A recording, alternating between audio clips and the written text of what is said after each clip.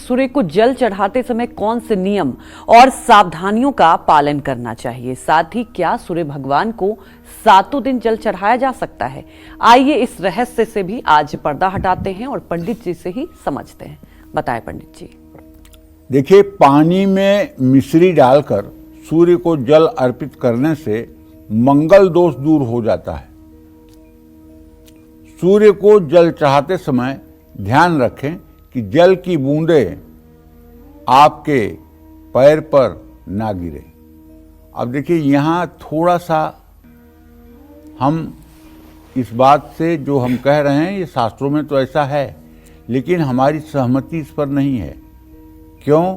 क्योंकि जब जल गिरेगा तो हम जल तो सूर्य के लिए दे रहे हैं, पृथ्वी के लिए तो दे नहीं रहे हैं। जल तो हम सूर्य के लिए दे रहे हैं, और जब हमारे लोटे से जल निकलेगा अंतरिक्ष में तभी सूर्य को प्राप्त हो जाएगा। पृथ्वी पर गिरने के बाद तो सूर्य को जल नहीं प्राप्त होगा ना। तो अगर पृथ्वी पर जल गिर करके और छींटे पैर पे आ रहे हैं तो दोष कहाँ लगेगा? दोष नहीं लगेगा ना, क्योंकि हम सूर्य को जल दे रहे हैं। तो लोटे से जो जल बाहर निकला तो वो सूर्य को मिल गया, और उसके बाद वो पृथ्वी पर जा रहा है कि वो नालियों में जा रहा है कि वो कहाँ जा रहा है, आप किसकी गति को क्या देखेंगे? अब ये दिमाग में बैठा लिया करे मेरे पैर पर तो पानी के छींटे पड़ गए, आधे लोग तो बैठ जाएंगे, जल ही नहीं देंगे, अर्घ ही नहीं देंगे। लेकिन ज़्यादा अच्छा होगा कि यदि आप गांव में हैं तब तो जल देने के लिए कोई चिंता ही नहीं है। आप अपने घर के दरवाजे पर अच्छे ढंग से भगवान सूर्य को अर्घ दे सकते हैं। लेकिन अगर आप शहर में रहते हैं तो एक बड़ा सा गमला रखिए, उसमें थोड़ी सी बालू डाल दीजिए और उसी गमले में रोज भगवान सूर्य को अर्घ दे दिया करिए। इसका दोष नहीं लगता है। हमेशा धुले हुए साफ कपड़े पहन करके ही सूर्य की उपासना करनी चाहिए। सूर्य को जल चढ़ाते समय शरीर पर बहुत ज्यादा कपड़े नहीं होने चाहिए, ताकि सूर्य की किरणें आपके शरीर का स्पर्श कर सकें। सूर्य को चढ़ाया गया जल नाली में नहीं जाना चाहिए। अब ये बात तो ध्यान रखें कि जिन नालियों में गंदगी का पानी बह रहा है उन नालियों से सूर्य का जल ना निकले। और हाँ, किसी लकड़ी के चौकी पर खड़े होकर के अगर सूर्य को जल दिया जाए तो इसका बहुत लाभ मिलता है। सूर्य को जल चढ़ाते समय शरीर में चमड़े का बेल्ट, चमड़े का वॉयलेट, चमड़े का घड़ी का बेल्ट, ये सब नहीं होना चाहिए। चप्पल पहन करके भी कभी सूर्य को अर्घ नहीं देना चाहिए। कई लोगों की ऐसी धारणा है कि चूंकि शनि और सूर्य में शत्रुता है तो शनिवार के दिन सूर्य को जल नहीं चढ़ाना चाहिए। एकदम गलत। जो लोग ये कहते हैं एकदम गलत कहते हैं। सूर्य की उपासना 365 दिन 24 घंटे हो सकती है, ऐसा बिल्कुल गलत है। सूर्य को आप 365 दिन लगातार सूर्य को अर्घ दे सकते हैं।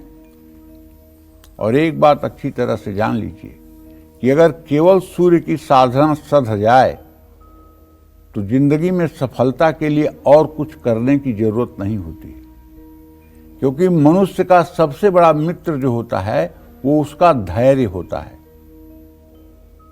और धैर्य कहां से पैदा होता है? धैर्य आत्मविश्वास की कोख से पैदा होता है। धैर्य जो है वो आत्मविश्वास की कोख से पैदा होता है। जिसके अंदर आत्मविश्वास नहीं होगा उसके अंदर धैर्य नहीं होगा, उसके अंदर पेशेंस हो ही नहीं सकता, क्योंकि धैर्य का जन्म ही आत्मविश्वास की कोख से होता है। ये बात मान लीजिए। जिसके पास आत्मविश्वास नहीं होगा वो धैर्यवान हो ही नहीं सकता। तो इसलिए पहले आत्मविश्वास को बनाना है, बढ़ाना है। आत्मविश्वास को बढ़ाने के लिए क्या करेंगे?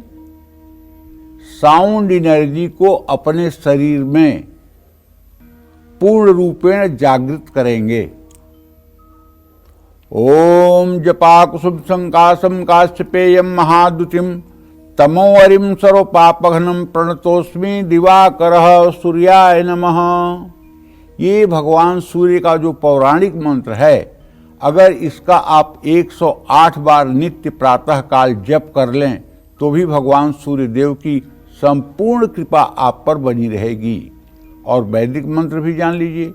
ओम आकृष्णेन रजसा वर्तमानो निवेशयन्नमृतं मृतं च हिरण्येन सविता रथेन देवो जाति भुवनानि पश्यन्।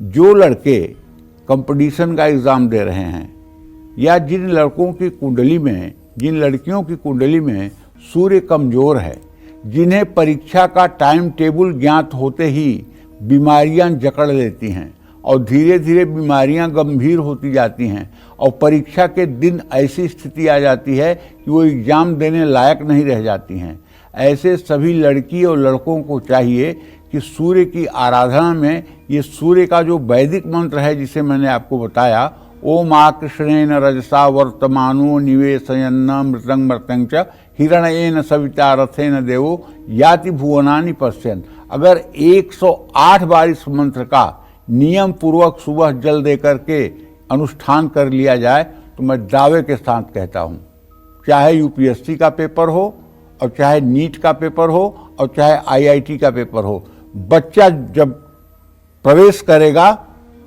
एग्जामिनेशन हॉल में तो जैसे सूरज उदय होता है तो अंधेरा भाग जाता है, वैसे उस कमरे में उजाला आ जाएगा और उसके हाथ में पेपर आते ही उसका आत्मविश्वास उसे सफलता की सीढ़ियों पर चढ़ा देगा।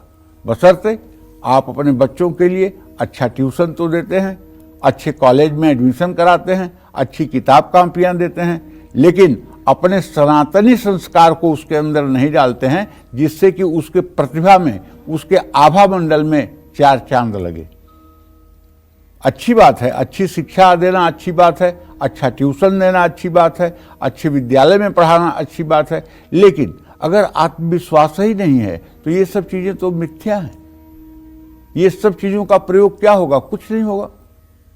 तो इसलिए आत्मविश्वास बच्चों में जागृत हो, इसलिए हमारे यहाँ शास्त्रों में 6 साल से लेकर के और 16 साल के अंदर सभी बच्चों के जनेऊ संस्कार का विधान था शास्त्रों में।